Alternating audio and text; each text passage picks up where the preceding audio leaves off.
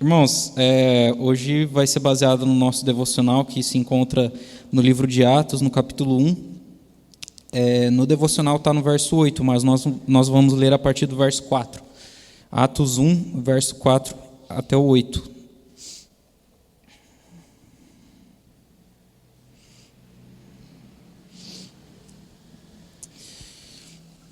Certa ocasião, enquanto comia com eles, deu-lhes esta ordem: não saiam de Jerusalém, mas esperem pela promessa de meu Pai, da qual lhes falei. Pois João batizou com água, mas dentro de poucos dias vocês serão batizados com o Espírito Santo. Então os que estavam reunidos lhe perguntaram: Senhor, é neste tempo que vais restaurar o reino de Israel? Ele lhe respondeu: não lhe compete saber os tempos ou as datas que o Pai estabeleceu pela sua própria autoridade. Mas receberão poder quando o Espírito Santo descer sobre vocês, e serão minhas testemunhas em Jerusalém, em toda a Judéia e Samaria, até os confins da terra. Amém? Gostaria que você fechasse os seus olhos, abaixasse a sua cabeça para nós fazermos uma breve oração ao Senhor.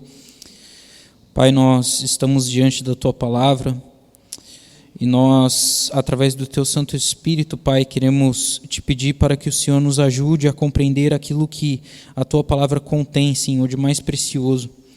Pai, que nós possamos sair daqui Te conhecendo mais, que nós possamos sair daqui impactados pela Tua Palavra, Senhor. Pai, nós não queremos permanecer as mesmas pessoas, mas nós queremos, Pai, nos aperfeiçoar cada vez mais, para que nós possamos alcançar, Senhor, o caráter de Cristo. Pai, que nós possamos, Deus, em nome de Jesus, sermos moldados, Senhor, sermos quebrados e feridos pela Tua Palavra, para que o Senhor, de bom grado, de acordo com a Tua soberana vontade, possa, Senhor, estabelecer um caráter santo, um caráter justo em nossas vidas, Pai. Que todos aqui possam ser homens e mulheres justos e íntegros, Pai. Na Tua presença é o que nós Te pedimos, pelo nome de Jesus. Amém. Irmãos, é muito interessante nesse texto que o versículo 8 ele começa com aquilo que nós chamamos ser uma contraproposta daquilo que foi proposto.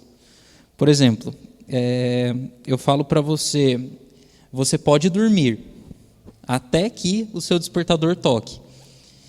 Quando nós usamos o até que, ou mas quando o seu despertador tocar, você irá acordar. Quando nós usamos essas aplicações, nós queremos dar a entender que cessou o período de dormir e agora é o período de acordar. E o que dá o start para essa troca de período seria o seu despertador, como se nós olharmos para essa frase, onde eu digo, você pode dormir até que o seu despertador acorde. Então, até que o seu despertador acorde, o até que é o momento onde eu percebo que já chega de dormir. E o despertador acorde é o momento onde eu passo de um período onde eu estou repousando em sono e passo a estar acordado para realizar alguma tarefa. Então, aqui em Atos, nós vemos que no verso 7, Jesus ele diz, com base numa pergunta, que não compete a mim ou a você, ou até mesmo aos apóstolos, saberem o momento certo de todas as coisas. Mas receberão poder quando o Espírito Santo descer sobre vocês. Então serão minhas testemunhas em Jerusalém, em toda a Judéia e Samaria, até os confins da terra. A ordem era de permanecer até que do alto os apóstolos fossem revestidos de poder, até que do alto os apóstolos recebessem aquilo que o profeta Joel profetizou, por exemplo, que é a descida do Espírito Santo de Deus, habitando em nós durante toda a eternidade, como um selo, como Efésios vai dizer, da promessa, uma garantia de que nós veremos o Rei da Glória. Então, irmãos, quando nós olhamos para uma ordem clara no texto, uma ordem clara da própria palavra de Deus e do próprio Cristo, onde há a necessidade de pregar o Evangelho, não é de imediato, não é uma ordem onde você precisa ir pregar o Evangelho para os apóstolos, mas essa ordem era um momento onde, cara, vocês vão ficar esperando até que vocês sejam revestidos de poder. Na última vez que eu falei a mensagem do culto de missões, eu falei muito sobre a questão do Espírito, sobre a questão de nós testemunharmos a respeito de Cristo, mas hoje eu gostaria de pensar mais nessa questão do momento do start, sabe? Por exemplo, nós olhamos para o semáforo. Quando o semáforo fica verde, nós sabemos que é o momento de andar. Não é à toa que se a gente fica parado e tiver alguém atrás da gente, essa pessoa vai buzinar, porque não é o momento de ficar parado. Mas se nós estivéssemos no semáforo vermelho, ninguém ia buzinar para você andar, porque todos sabem que é o momento de ficar parado. Então o sinal verde, que é o momento onde você deve andar seguindo o seu destino, esse sinal verde, ele é dado por Deus, por Cristo, pelo descer do Espírito Santo.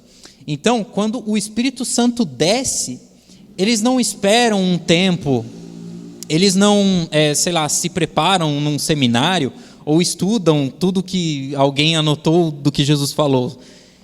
Mas, no mesmo momento em que o Espírito Santo desce, algo extraordinário acontece. No mesmo momento em que o Espírito Santo desce, uma pregação acontece. No mesmo momento em que o Espírito Santo desce, almas se convertem ao Senhor.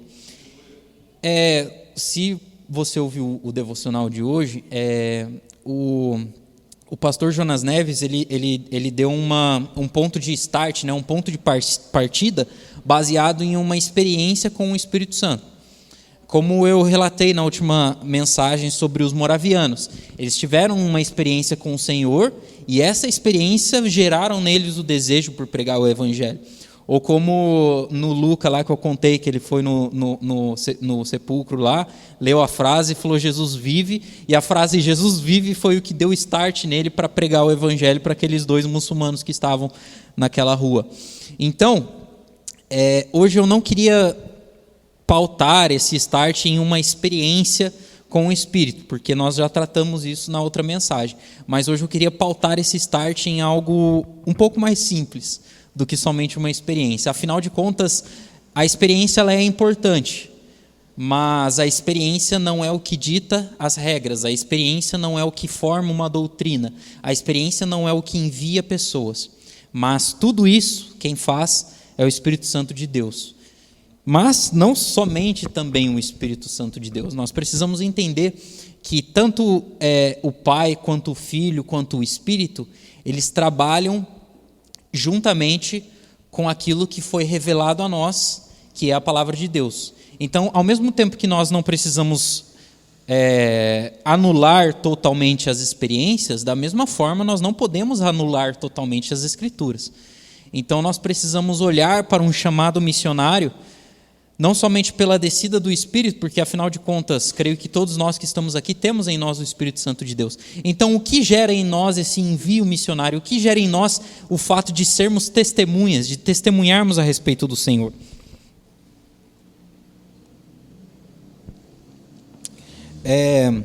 Para os apóstolos, o fato deles receberem o Espírito Santo automaticamente gera neles um momento para pregar o Evangelho. Certo? Eu também não vou entrar aqui na questão se o Espírito, esse batismo com o Espírito é após a conversão ou na conversão, eu não vou entrar nesse mérito. Mas o que o texto está querendo nos mostrar claramente é para que eu possa testemunhar a respeito de Cristo, eu preciso antes estar cheio do Espírito. Como em Atos 2, nós vemos que Lucas, quando ele escreve o relato, ele diz que todos ficaram cheios. Então, irmãos, o Espírito não somente desceu sobre os apóstolos e sobre todos os que estavam reunidos, mas o Espírito Santo, ele encheu a todos que estavam ali. Todos ficaram cheios, eles não ficaram somente... eles não só receberam o Espírito, mas além de receber o Espírito, eles ficaram cheios do Espírito Santo. E Lucas vai dizer que eles começam a falar em outras línguas, de modo que todos os que estavam reunidos ali começaram a entender a mensagem, a entender o testemunho em seu próprio idioma. Então Pedro, ele se levanta E depois dele citar o profeta Joel, depois dele falar, olha, isso que vocês estão vendo foi profetizado por Joel, aí ele cita tudo aquilo que Joel falou, mas quando ele começa de fato a pregar, eu gostaria de ler com você aquilo que ele diz. Olha só que interessante, está em Atos capítulo 2, a partir do verso 22. Aqui a gente vê que Pedro, né, depois dele falar tudo aquilo sobre Joel, olha o que ele diz: Israelitas, ouçam estas palavras.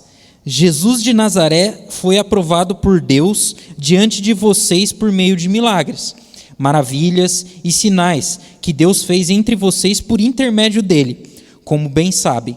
Este homem foi entregue por propósito determinado e presciência de Deus, e vocês, com a ajuda desses homens transgressores da lei, o mataram, pregando-o na cruz. No entanto, Deus o ressuscitou dentre os mortos, rompendo os laços da morte, porque era impossível que a morte o retivesse. Irmãos, Pedro, ele está literalmente testemunhando. Pedro, ele está literalmente fazendo aquilo que Jesus falou que eles fariam.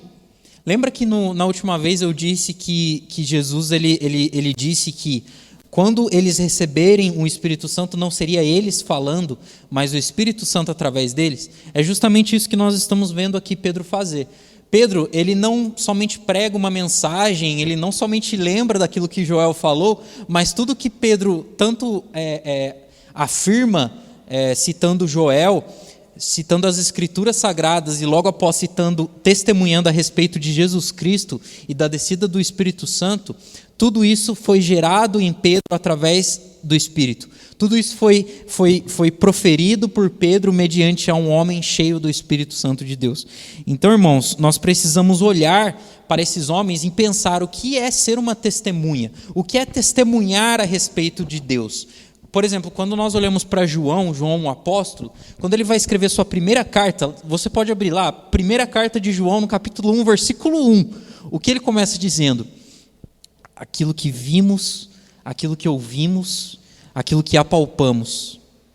João, ele começa descrevendo, João, ele começa testemunhando a respeito de alguém que ele viu, que ele ouviu e que ele tocou. Não somente ouviu, não somente viu, não somente tocou, mas ele viu, ouviu e tocou. João, ele começa testemunhando. Quando nós olhamos para João Batista, eu acho que eu anotei aqui isso. Ô Celso, coloca aí para a gente, fazendo um favor, João capítulo 1, a partir do verso 6. Aqui a gente vai ver o que João, o apóstolo, escreve a respeito de João o Batista. Olha só o que ele diz. Surgiu um homem enviado por Deus chamado João. Próximo. Ele veio como o quê? Testemunha, para testificar acerca da luz, a fim de que por meio dele todos os homens crescem. Olha o verso 8. Ele próprio não era a luz, mas veio de novo como testemunha da luz. Não somente João começa uma carta testemunhando a respeito de um homem que ele viu, ouviu e tocou, mas João Batista, ele começa o seu ministério como uma testemunha da luz, como uma testemunha do verbo, como uma testemunha do Logos, como uma testemunha do Cristo, do próprio Deus vivo. Então, irmãos, quando nós começamos um culto, nós começamos o culto testemunhando a respeito daquele pelo qual nós abrimos o culto. Quando nós começamos um louvor, nós começamos um louvor testemunhando a respeito daquele pelo qual nos dá o louvor nos nossos lábios. Quando nós começamos uma mensagem, nós começamos lendo a respeito de uma palavra que de Gênesis 1 a Apocalipse 22 fala de um só homem, de Jesus Cristo. Então, o que é de fato ser uma testemunha? Eu pensei muito sobre esses homens e particularmente esses homens, todos esses que eu citei, eles de fato não somente viram, mas também ouviram as grandezas do Senhor da boca do próprio Cristo, e eles tocaram nesse próprio Cristo. Nós, em contrapartida, somos aqueles que Jesus disse: bem-aventurados os que não verão, mas crerão. Bem-aventurados os que terão fé, mesmo sem ver, mesmo sem ouvir, mesmo sem tocar. Nós somos testemunhas de um homem que nós nunca vimos, de um homem que nós vimos, eu estou falando fisionomia mesmo, tá? Não estou falando uma visão espiritual, assim, mas estou falando literalmente a pessoa de Cristo, a pessoa, o homem Cristo. Nós não vimos esse homem, nós não ouvimos a sua voz falando conosco pessoalmente, nós não tocamos nesse homem como Tomé ou como qualquer dos apóstolos tocaram, mesmo após ele ter sido ressuscitado. Nós não somos essas testemunhas que testemunham a respeito de um homem em quem, de fato, nós olhamos, nós ouvimos e nós apalpamos. Mas, quando nós olhamos para, por exemplo, a mulher samaritana, ela, logo após de ter um encontro e de saber que quem falava com ela era o próprio Messias, ela sai correndo para testemunhar a respeito desse Messias. Quando aquele homem endemoniado que o pastor Marquinhos citou aqui, que ele tinha uma legião e tal, então Jesus liberta ele, manda para os porcos e tal, a primeira coisa que esse homem faz é testemunhar a respeito de Cristo, em uma zona que ficavam 10 cidades. Então esse homem, ele testemunha a respeito de Cristo por 10 cidades. Então nós vemos que ser uma testemunha do Senhor é o nosso chamado. Ser uma testemunha do Senhor é a nossa vocação. Ser uma testemunha do Senhor é o nosso ministério. Sabe, muitas das vezes nós queremos buscar de Deus, assim, Senhor, qual é o meu propósito? Senhor, qual é o meu chamado? Irmão, nós não somos chamados para fazer culto, nós não somos chamados para tocar louvores, nós não somos chamados para cantar, nós não somos chamados para ser diáconos, nós não somos chamados somente para coisas tão limitadas quanto essas. Nós somos chamados para um só propósito, que é testemunhar a respeito do Cristo, do próprio Deus vivo. Quando nós olhamos para os moravianos eles têm uma canção que é muito interessante. Eles dizem que o Cordeiro receba a recompensa do seu sacrifício através de nós, como testemunhas desse Cordeiro que não está morto, mas que vive e vive eternamente. Sabe, os moravianos eles entenderam que o chamado deles não era fazer culto, porque depois daquela experiência que eu já contei aqui, que eles tiveram num culto de ceia, cada um foi para um lugar e nunca mais voltou. Cada um foi pregar o evangelho e nunca mais voltou. Então, irmãos, o nosso chamado, a nossa vocação, aquilo que Deus nos prepara pelo teu Santo Espírito, é para ser testemunha. Nós lemos aqui claramente que logo após o Espírito nos encher, automaticamente testemunhamos. Nós sim podemos orar, nós sim podemos realizar milagres, nós sim podemos fazer outras coisas através desse Espírito Santo, por intermédio do próprio Espírito através de nós. Mas o principal é servirmos como testemunha desse homem que nós não vimos, que nós não ouvimos e que nós não apalpamos. Mas eu gostaria de pensar mais com você a respeito disso.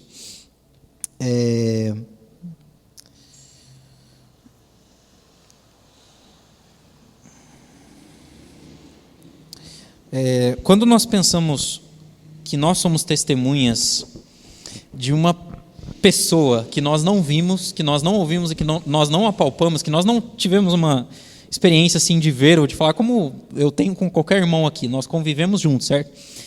Nós iremos pregar uma mensagem que essa pessoa, esse homem, que nós não vimos, que nós não ouvimos e que nós não apalpamos, morreu em favor do meu e do seu pecado, nasceu de uma virgem sem pecado, e além de morrer pelo meu e pelo seu pecado, ele ressuscitou, subiu aos céus e está sentado à direita de Deus Pai, o Todo-Poderoso. Então nós vamos testemunhar algo que para as pessoas é uma loucura, que para as pessoas não faz sentido nenhum, que para as pessoas, como você pode dizer a respeito de alguém que você não conheceu pessoalmente, que você não viu, que você não ouviu as suas próprias palavras, mas ouviu relatos daquilo que ele disse com base em outros homens, que você não tocou, não presenciou os seus milagres, e como você pode testemunhar veementemente que esse homem é o próprio Cristo, que esse homem é o próprio Messias, que esse homem é o próprio Deus vivo?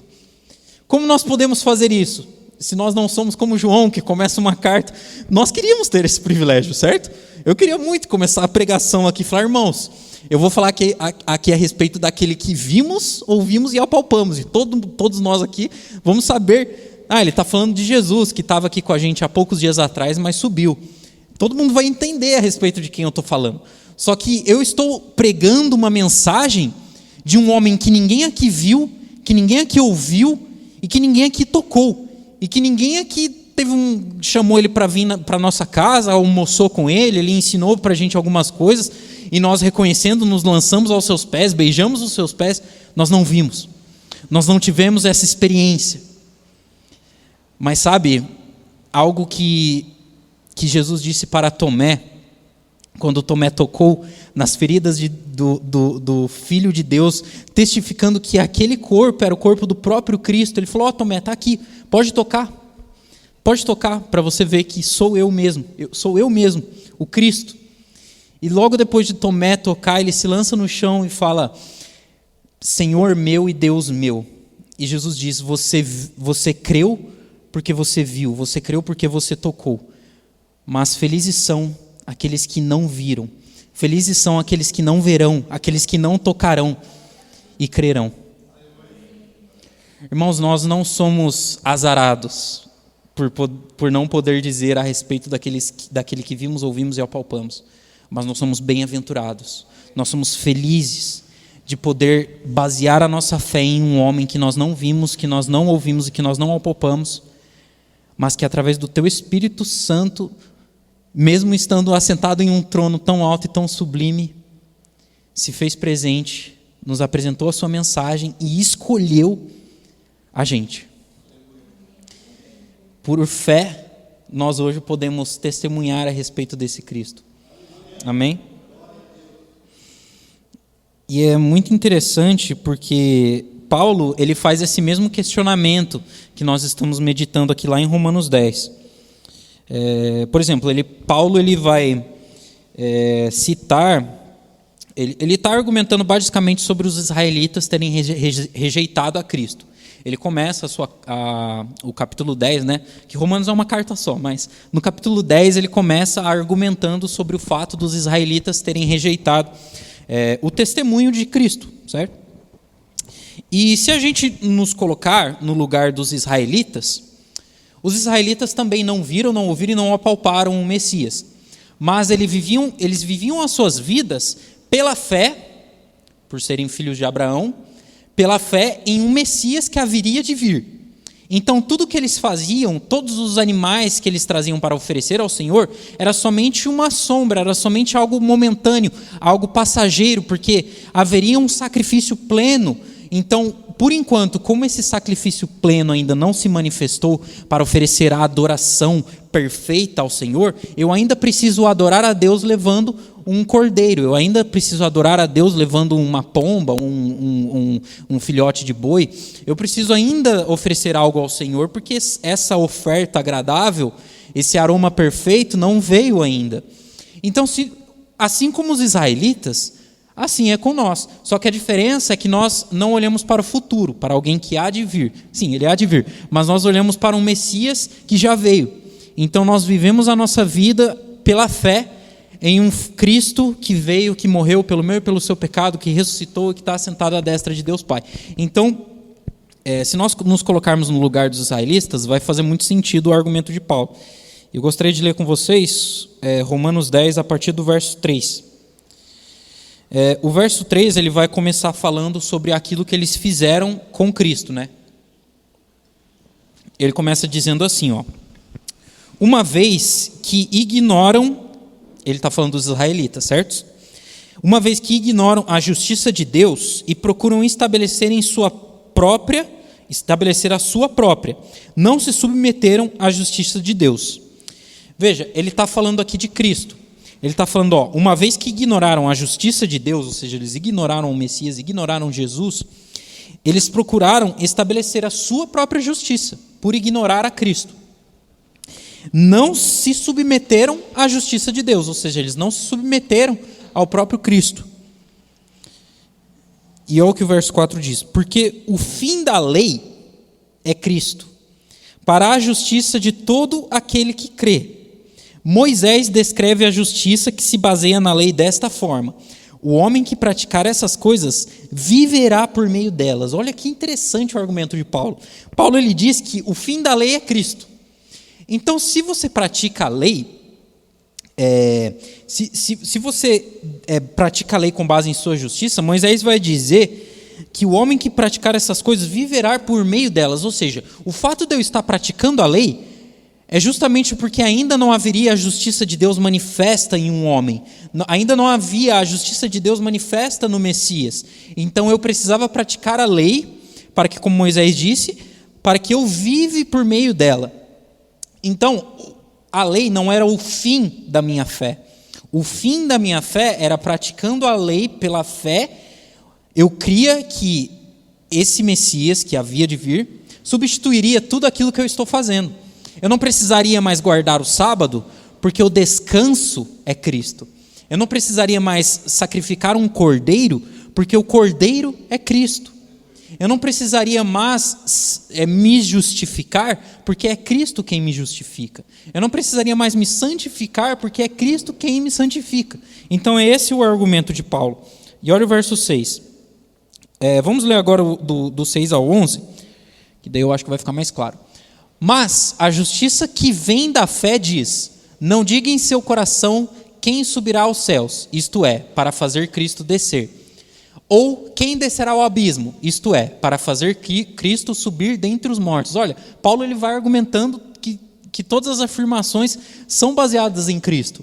Mas o que ela diz? A palavra está perto de você, está em sua boca e em seu coração. Isto é, a palavra da fé que estamos proclamando. 2 pontos. Se você confessar com a sua boca que Jesus Cristo é o Senhor e crer em seu coração que Deus o ressuscitou dentre os mortos, será salvo.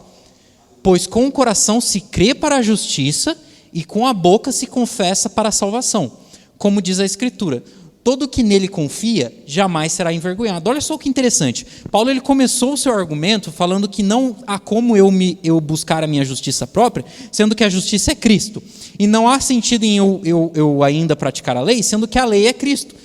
Agora Paulo ele fala que a justiça sendo Cristo e a lei sendo Cristo, uma vez que Cristo é todas essas coisas, manifesto no Messias, se eu confesso com a boca que Ele é o Senhor e creio em meu coração que Deus o ressuscitou dentre os mortos, automaticamente eu sou salvo. Salvo do quê? Salvo de tudo aquilo que eu buscava ser salvo através da justiça própria ou das leis em que eu praticava. Mas o que isso tem a ver com o que eu estou falando, né? Eu gostaria de ler o verso 12 e 13. Não há diferença entre os judeus e gentios, pois o mesmo Senhor é Senhor de todos e abençoa ricamente todos os que o invocam, porque todo aquele que invocar o nome do Senhor será salvo. Então, irmãos, Paulo ele quer mostrar que a mensagem do Evangelho é o testemunho do Senhor Jesus. A mensagem do Evangelho é o testemunho do Salvador.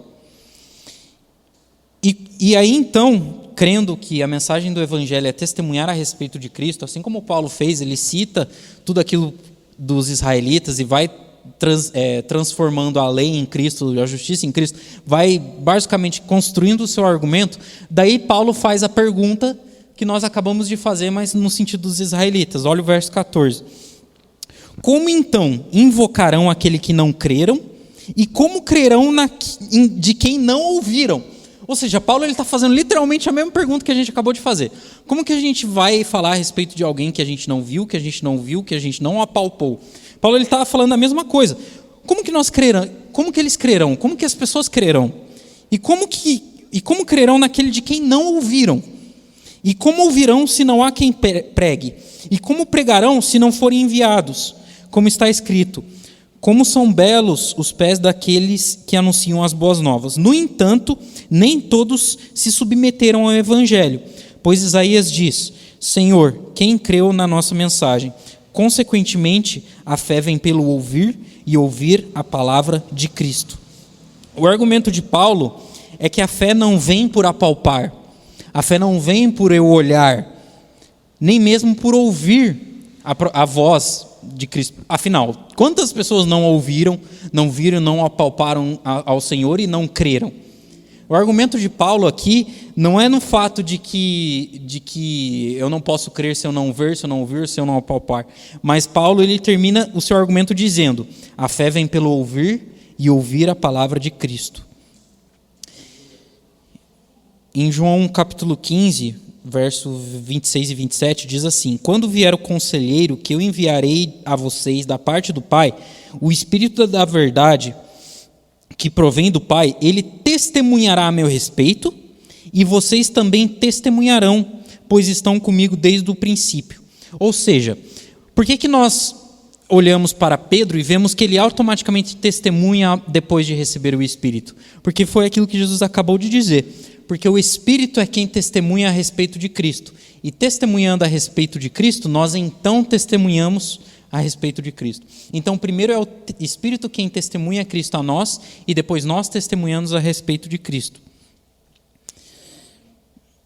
As Escrituras expostas, irmãos, ela tem o poder de não só convencer o homem do pecado, da justiça e do juízo, enfim, fazer muitas coisas que nós sabemos e cremos que a palavra de Deus faz, mas a exposição das Escrituras, ela tem um poder de fazer algo em nós que é muito interessante, que é fazer o nosso coração queimar.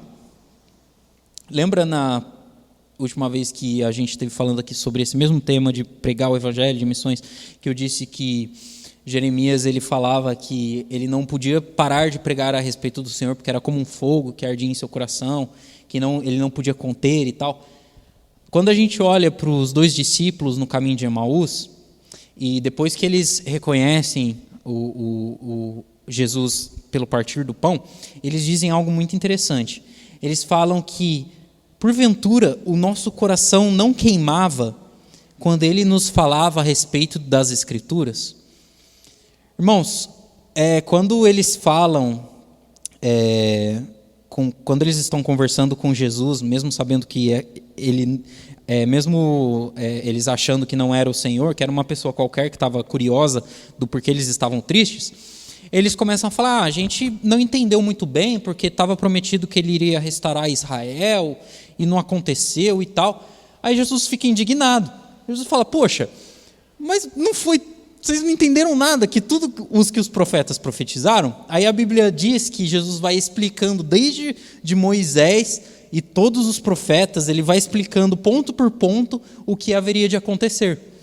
E daí eles convidam Jesus para comer com eles e tal, porque já era tarde, ele parte o pão, daí eles reconhecem que ele é o Messias, e daí eles dizem essa frase: porventura o nosso coração não queimava quando ele explicava a respeito das Escrituras? Então o próprio Cristo, expondo as Escrituras, fazia com que o coração daqueles homens queimavam, mesmo eles não sabendo que era o próprio Cristo ali.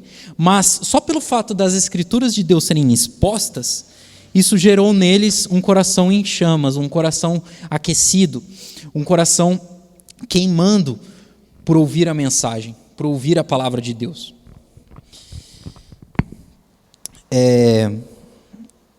Mas por que pelas Escrituras?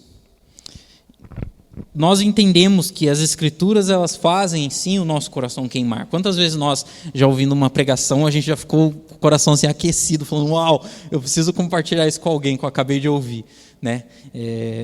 Porque as Escrituras, irmãos, ela não somente pelo fato dela ser a palavra de Deus, mas as Escrituras, ela é infalível. Infalível. As Escrituras é inerrante. Então, a fidelidade de Deus está naquilo que é a tua palavra. Logo, a tua palavra é infalível. Se Deus está manifesto na palavra, se Deus está manifesto nas Escrituras, as Escrituras, assim como o Senhor, precisa ser inerrante e precisa ser infalível. Porque como poderíamos crer em um Deus fiel se aquilo que Ele prometeu na sua palavra não é fiel, não é inerrante, não é algo seguro em se crer?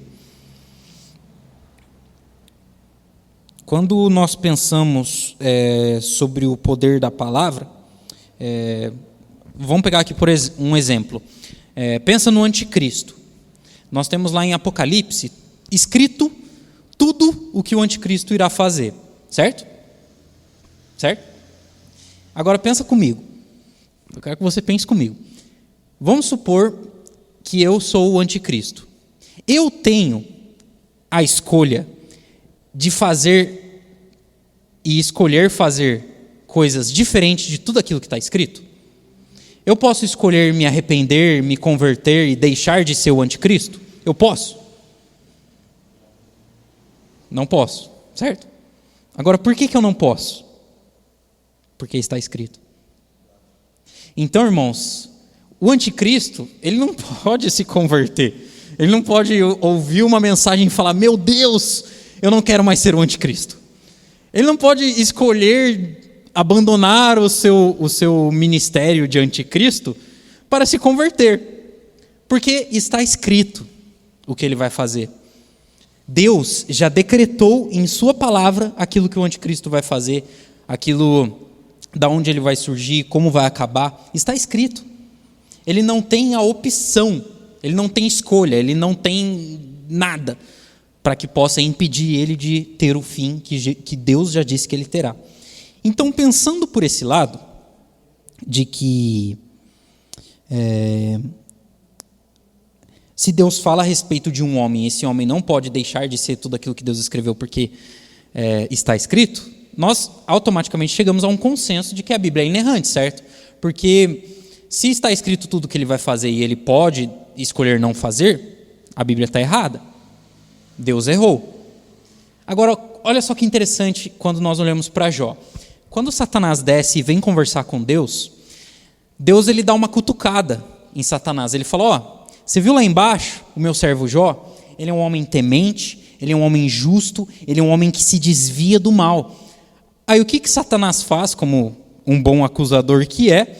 Ele chega e fala: é lógico que ele é assim. O Senhor dá tudo de bom que há para ele. O Senhor dá boa casa, boa família, bons animais. Tudo que ele tem é de bom, ele não tem motivo para reclamar.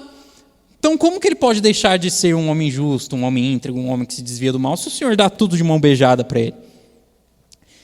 E olha só o que Satanás diz: estende, porém, a tua mão e toca em tudo aquilo que ele tem, para ver se ele não blasfema contra a sua face. Olha só o que Satanás faz. Satanás não só acusa Jó, mas ele faz algo muito perigoso. Ele acusa Deus de estar errado. Por quê? Se Deus diz que Jó é um homem temente, que se desvia do mal, que é um homem justo, e Deus toca na vida de Jó e acontece tudo que a gente sabe que aconteceu, e no final Jó blasfema contra o Senhor, Deus estava errado. Deus estava errado, porque Jó não era um homem justo, Jó não era um homem que se desvia do mal, Jó não era um homem temente, porque no final quem estava certo era o diabo, não era Deus. Mas por que aquilo que acontece, nós temos, eu não lembro se são 40 capítulos, mas enfim, nós temos muitos capítulos no livro de Jó, e lá no final a gente vê o relato de Jó, a gente vê Jó falando: eu te conhecia só de ouvir e falar, mas agora de contigo andar e tal. A gente vê, irmãos, que aquilo que Deus disse a respeito de Jó não era uma opinião. Eu penso assim sobre Jó porque eu vejo ele sendo um homem justo, porque eu vejo ele sendo um homem que se desviou do mal. Não. Deus ele não tinha uma opinião sobre Jó. Deus havia decretado que Jó era um homem justo, que Jó era um homem temente e que Jó era um homem que se desviava do mal. Porque se aquilo fosse uma opinião, Deus poderia errar. E Deus não erra, Deus é inerrante. Então, se Deus diz que Jó é justo, se Deus diz que Jó é um homem que se desvia do mal, que Jó é um homem temente, poderia acontecer o que fosse. O diabo poderia tocar no que ele quisesse fazer na vida de Jó, como Deus disse para ele fazer. Toca em tudo, só não mata ele, mas toca em tudo. Por quê? Porque aquilo que Deus disse a respeito de Jó, irmãos, de novo, não era uma opinião, era um decreto de Deus. Assim como o anticristo não tem a escolha: eu vou deixar de ser o anticristo e vou ser um pastor pentecostal. Eu vou deixar de ser o anticristo e vou ser um missionário que prega na Angola. Eu vou deixar de ser um anticristo e vou pastorear uma igreja com 500 membros. Assim como o anticristo não tem essa opção, Jó não tinha a escolha, não tinha a opção e não tinha nada que pudesse fazer com que ele deixasse de ser aquilo que Deus disse que ele é. Por isso que a palavra de Deus diz para confiar, por isso que Deus diz para Josué: seja um homem corajoso, porque eu vou estar com você. Você, Josué, não vai vencer a batalha porque você tem um exército bom. Você não vai vencer a batalha porque você é um espadachim muito bom. porque você consegue se desviar de 200 golpes, mas você vai vencer essa guerra porque é eu quem vou lutar. Então, irmãos, nós precisamos entender que a mensagem do Senhor, a palavra de Deus, ela é inerrante porque ela não é uma opinião, ela não é um relato que eu acho que é verdade, ela é a própria palavra do Deus vivo, ela é o próprio decreto do Deus vivo. Amém?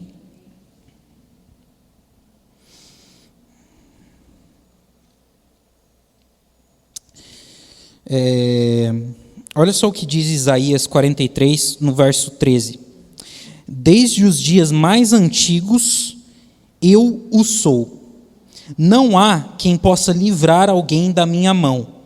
Agindo eu, quem poderia revertê-lo? Nós temos vários versículos que falam a respeito da poderosa mão de Deus, que ninguém pode resistir, que ninguém pode tomar, que ninguém pode... Como Jesus diz, né, por exemplo, o Senhor deu em minhas mãos, logo ninguém pode tomar das minhas mãos as minhas ovelhas, certo? Por isso mesmo que Satanás ele diz isso. Ele diz: Senhor, estende a tua mão e toca na vida de Jó. Sabe, irmãos, a frase que Satanás usa, estende a tua mão, é algo que só nessa frase dá uma pregação, como o Sérgio diz, né? Mas a gente costuma falar que a Bíblia interpreta a própria Bíblia, certo? Então, o que representa Deus estender a sua mão?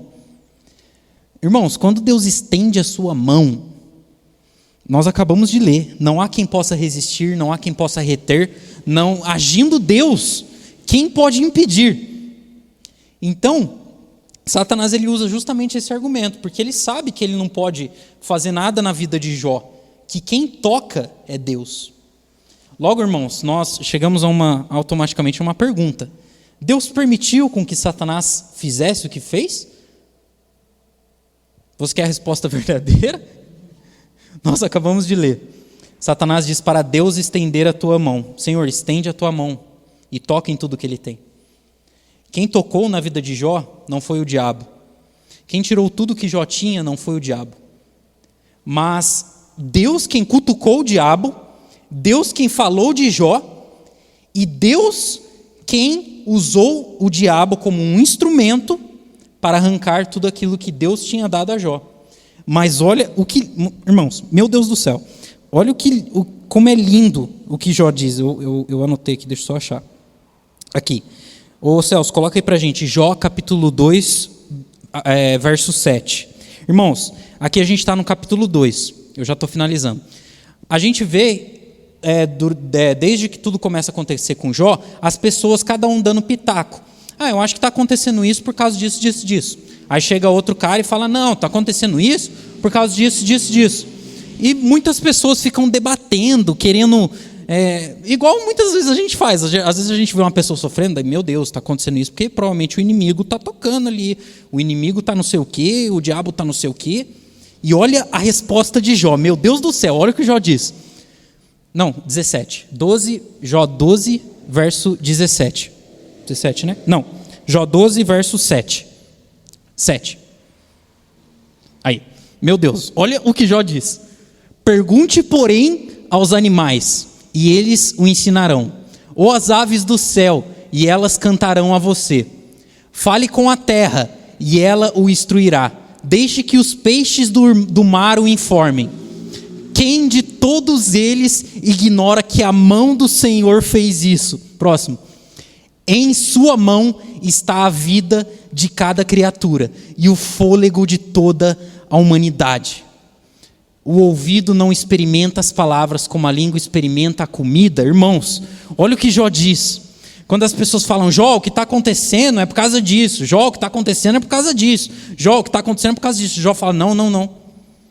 Pergunte para as criaturas do Senhor e elas cantarão ao seu respeito. Pergunte a qualquer coisa criada por Deus e ela testemunhará a respeito do Senhor, porque é a mão de Deus quem dá o fôlego da vida e é a mão de Deus quem tira a vida. Jó estava dizendo que era a própria mão de Deus quem estava tirando tudo que ele tinha. Por isso Jó não blasfemou contra o Senhor. Por isso Jó permaneceu justo, permaneceu íntegro, permaneceu temente. Porque além de Deus ter decretado que ele era esse tipo de homem, a palavra de Deus o garantiu.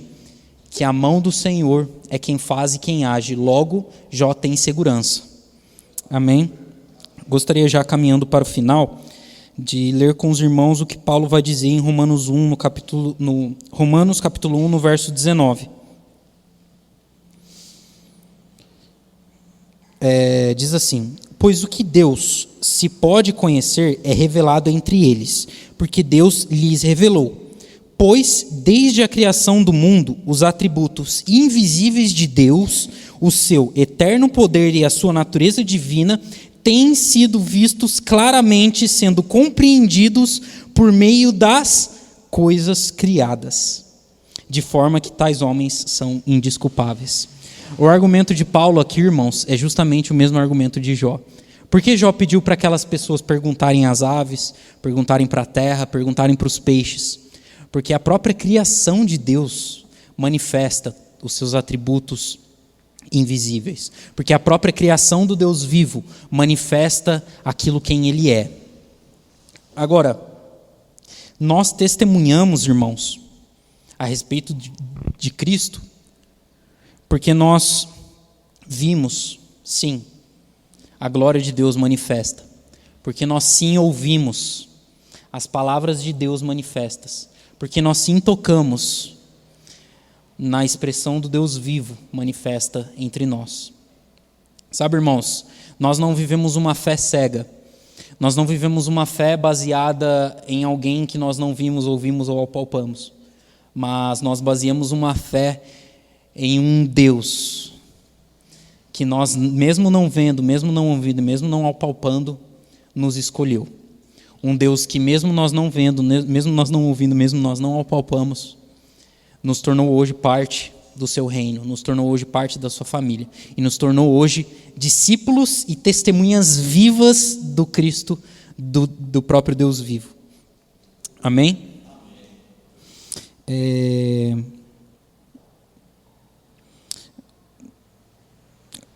Só para finalizar, eu anotei que eu acho que é interessante a gente finalizar nesse ponto. Gostaria de ler com os irmãos João 15, do verso 15 e 16. Coloque para a gente, Celso, faz um favor. João 15, verso 15 e 16. Já não vos chamo servos, porque o servo não sabe o que o seu senhor faz. Em vez disso, eu os tenho chamado amigos, porque tudo o que ouvi de meu Pai, eu tornei conhecido a vocês. Olha o 16. Vocês não me escolheram, mas eu os escolhi, para irem e darem fruto.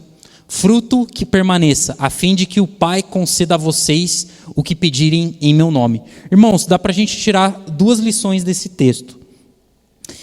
A primeira é que o motivo pelo qual Jesus nos chama de amigos é porque tudo que ele ouviu, ele deu a nos conhecer. Então nós nos tornamos amigos de Deus porque nós conhecemos a respeito de Deus, porque nós ouvimos a respeito do Senhor. Logo, nós somos chamados de amigos. Segundo ponto, nós não aceitamos a Jesus e nós não escolhemos a Jesus. Porque Jesus diz no verso 16, vocês não me escolheram. Como eu disse, a gente tem que fazer pergunta para o verbo, certo? Por que eu não escolho? Por que é Ele quem me escolhe? Ali, para que permaneça. Se a decisão fomos nós quem tomamos, se fomos nós quem escolhemos, se fomos nós quem escolhemos permanecer, nós não vamos permanecer. Porque nós não somos seres inerrantes, nós não somos seres perfeitos, nós não somos seres fiéis como Deus é fiel, nós não somos justos como o Senhor é justo. Se fomos nós quem escolhemos a Jesus, nós facilmente poderíamos escolher não permanecer. Assim como hoje eu posso escolher comer um estrogonofe, amanhã eu posso escolher não comer um estrogonofe. Assim como eu posso escolher comprar tal carro hoje, amanhã eu posso enjoar desse carro e comprar outro carro. Mas Cristo nos escolhendo, Ele nos torna seres que permanecem nele. Logo, irmãos, por isso que nós podemos testemunhar a respeito de Cristo. porque nós ouvimos a respeito da mensagem, como Paulo diz que a fé vem pelo ouvir, nós ouvimos, nós cremos em nosso coração que Jesus é o Senhor. E o terceiro ponto, nós confessamos que Deus Pai o ressuscitou, que Ele é o Senhor. E ao confessar, quando Ele nos escolhe, nós permanecemos, e permanecemos até o fim, sendo testemunhas do Cristo. Amém? Gostaria de fazer uma oração com os irmãos.